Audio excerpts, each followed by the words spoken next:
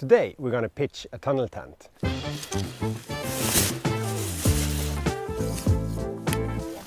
Very nice.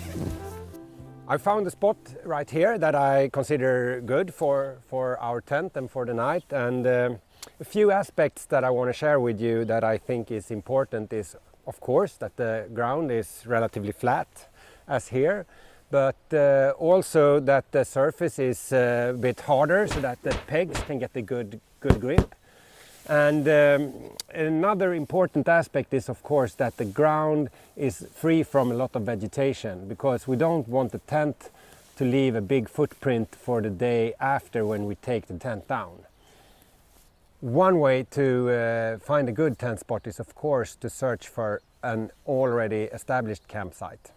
That way you make sure that you don't break any new tent spots.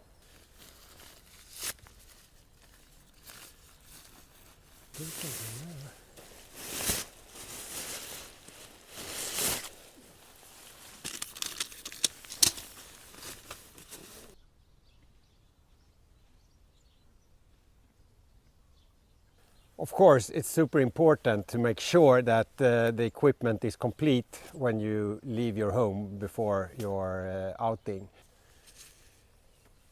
I normally put the tent pegs in the leg pocket of my trousers. That way I know where I have them and I can easily access the pegs when I need them during the tent pitch. When I find the two corners that I have on top in the bag, I want to align the tent with the wind so that it is in the direction of the wind.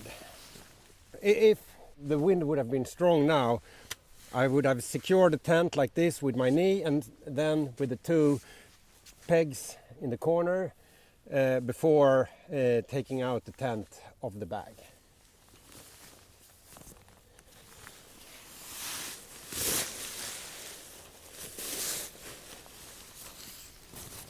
And the bag I can tuck down in my backpack so that it won't blow away either. All FJALLRAVEN tents are made in a Nordic pitch construction. This means that the inner tent and the outer tent are combined together into one unit. When you pitch them, you get them both pitched at the same time. The big advantage of this is that you will not have to pitch the inner tent first in the rain and then put on the fly sheet on top of it. So everything is in one motion and it makes the pitch easier. So when mounting the poles, you can be a little bit careful so that you don't squeeze the rubber cord inside, and just handle it with a little bit of care.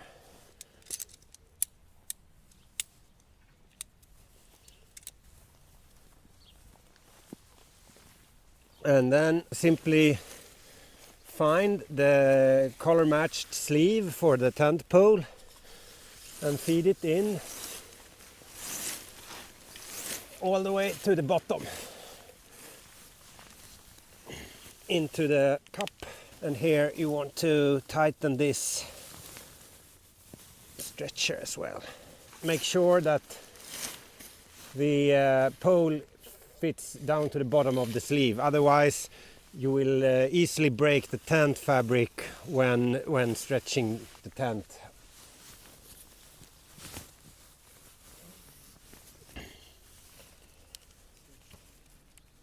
And now it's super easy to erect the tent.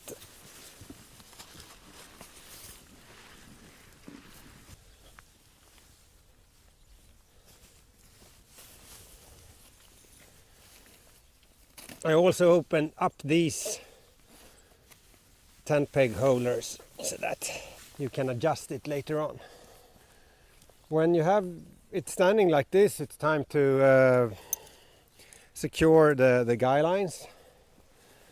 It's always good to do that because the outer fabric of the tent is made from a nylon weave, and the properties of this material is that when it gets moisture, it will expand a little bit.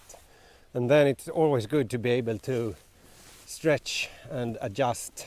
Also, with stretched guy lines, the fabric will not flap as much in the wind, and that will expand the life of the whole tent.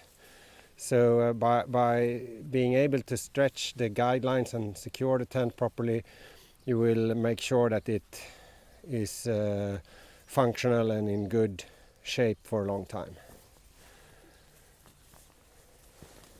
For myself personally, I always leave the guidelines untied when I pack the tent, because the downside is that they might get a little bit stuffed and you find them on the wrong spot, but normally it's easier than to make the knot nice and tidy when taking it down. Normally you just don't do that, or I don't.